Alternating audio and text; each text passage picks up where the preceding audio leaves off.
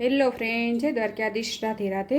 આજે આપણે બનાવશું આફ્રિકાના ફેમસ મારું ભજીયા। તેના માટે મેં અહીંયા 2 કપ જેટલો ચણાનો લોટ લીધો છે, ચાળીને લીધો છે,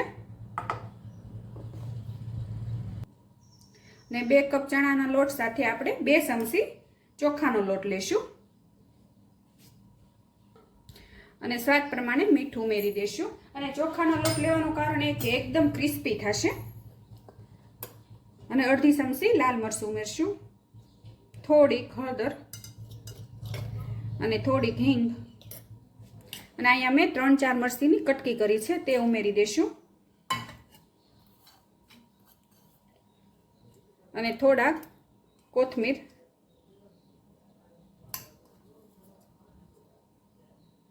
અને આપણે આમાં પાણી નથી ઉમેરવાનું, જરાય આવી રીતે બધું મિક્સ કરી લેવાનું છે। આપણે જે સાદા ભજીયા આલુ પૂરીની જે બનાવતા હોય એમાં આપણે પાણીથી બેટર બનાવીએ છીએ, પણ આમાં એ નથી કરવાનું। આવી રીતે બધું મિક્સ કરી લેશું। આપણું આ લોટનું મિશ્રણ તૈયાર છે, એક સાઈડ મૂકી રાખશું। અને અહીંયા મેં મીડિયમ સાઈઝના 2 બટેટા લીધા છે અને ધોઈને સાફ કરી લીધા છે। આને ઉપરની ચાલ નથી કાઢવાની। અને અહીંયા મેં આવી ખમણી લઈ લીધી છે અને આપણે ચિપ્સ પાડવાની છે બટેટાની।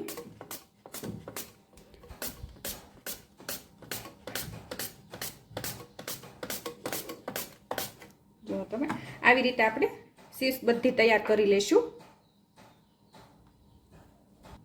અને અહીંયા ચિપ્સ બધી તૈયાર છે। અને હવે એક મોટી થાળી લેશું અને તેમાં આપણે આ જે ચિપ્સ બનાવી છે ફટાફટ પાથરી દેશું, કારણ કે આપણે બટેટા તો ધોયેલા જ છે, પણ ચિપ્સને નથી ધોવાની।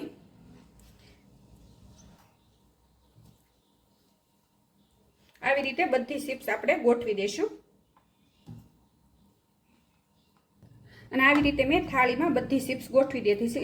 અને ઉપરથી આપણે કોટનનું કાપડ લઈ અને ઉપરનું જે એક્સ્ટ્રા અંદર પાણી હોય તે આપણે લઈ લેશું આવી રીતે દબાવીને।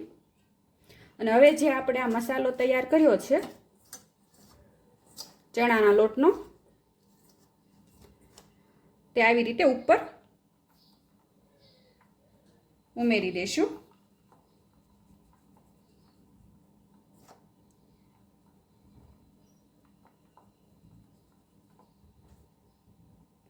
તમે એકવાર આવી રીતે મારુંના ભજીયા બનાવજો, બહુ સરસ બનશે, એકદમ ક્રિસ્પી। અને હવે હાથે આપણે આવી રીતે થોડું દબાવી દેશું।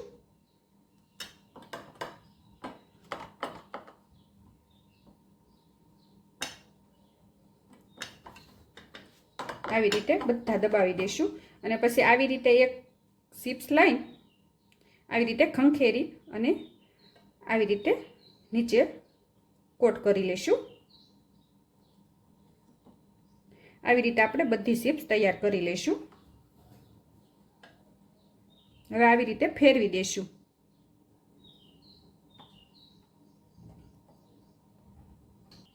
અને આ બીજી સાઈડ આવી રીતે ઉમેરી દેશું।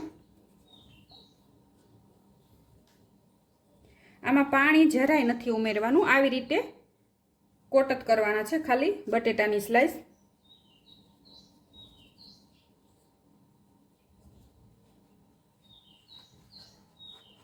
અહીંયા આપણી ચિપ્સ બધી આવી રીતે તૈયાર છે।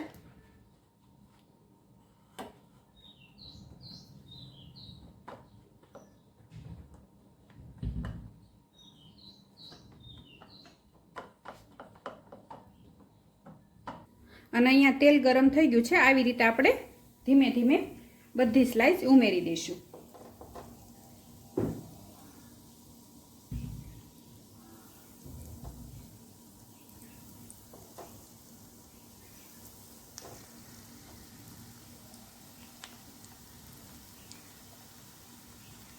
તો આવી રીતે, અને ગેસ થોડો ફાસ્ટ રાખવાનો।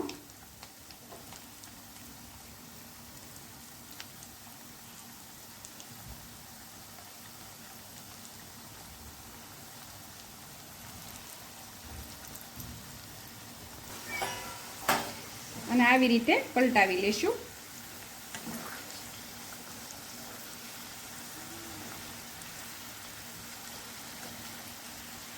તમે આ બાળકોને પણ લંચ બોક્સમાં આપી શકો, એટલા ક્રિસ્પી અને સરસ બનશે.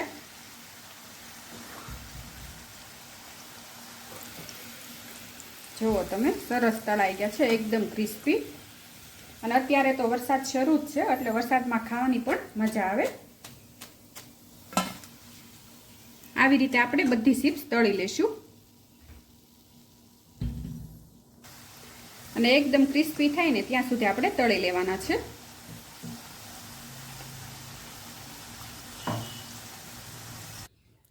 અને અહીંયા મેં એક ચોપર લઈ લીધું છે અને તેમાં એક કાકડી છે અને અડધું ગાજર છે, તે ઉમેરી દેશું. અને એક ટમેટું સુધાર્યું હતું અને એક મરચી છે, તે ઉમેરી દેશું. અને સ્વાદ પ્રમાણે મીઠું ઉમેરશું અને થોડી કોથમીર ઉમેરી દેશું અને એક લીંબુ અડધું નીચવી દેશું.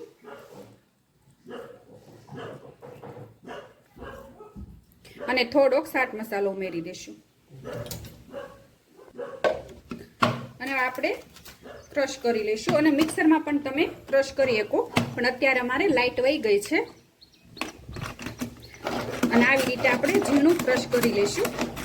અને ઉપરથી આપણે ચાટ મસાલો ઉમેરી દઈશું થોડો. અને આ ભજીયા ગરમ ગરમ જ ખાવાની મજા આવે.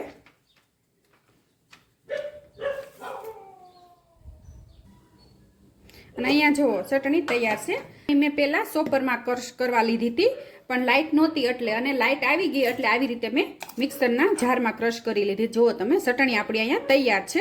અને આ ભજીયા કાકડી અને ગાજરની ચટણી સરસ લાગે, શાકભાજીની ચટણી સરસ લાગે. અને તમે પણ એકવાર આવી રીતે ચટણી અને ભજીયા બનાવજો, બહુ સરસ બનશે. અને અહીંયા જુઓ તમે, મારુંના ભજીયા અને આ શાકભાજીની ચટણી તૈયાર છે. તમે જોઈ શકો છો, સરસ બની છે. જુઓ તમે, પણ આ આફ્રિકામાં ફેમસ છે મારુંના ભજીયા. અને તમે પણ એકવાર આવી રીતે બનાવી મને કોમેન્ટ કરી જણાવજો કે કેવા બન્યા એમ.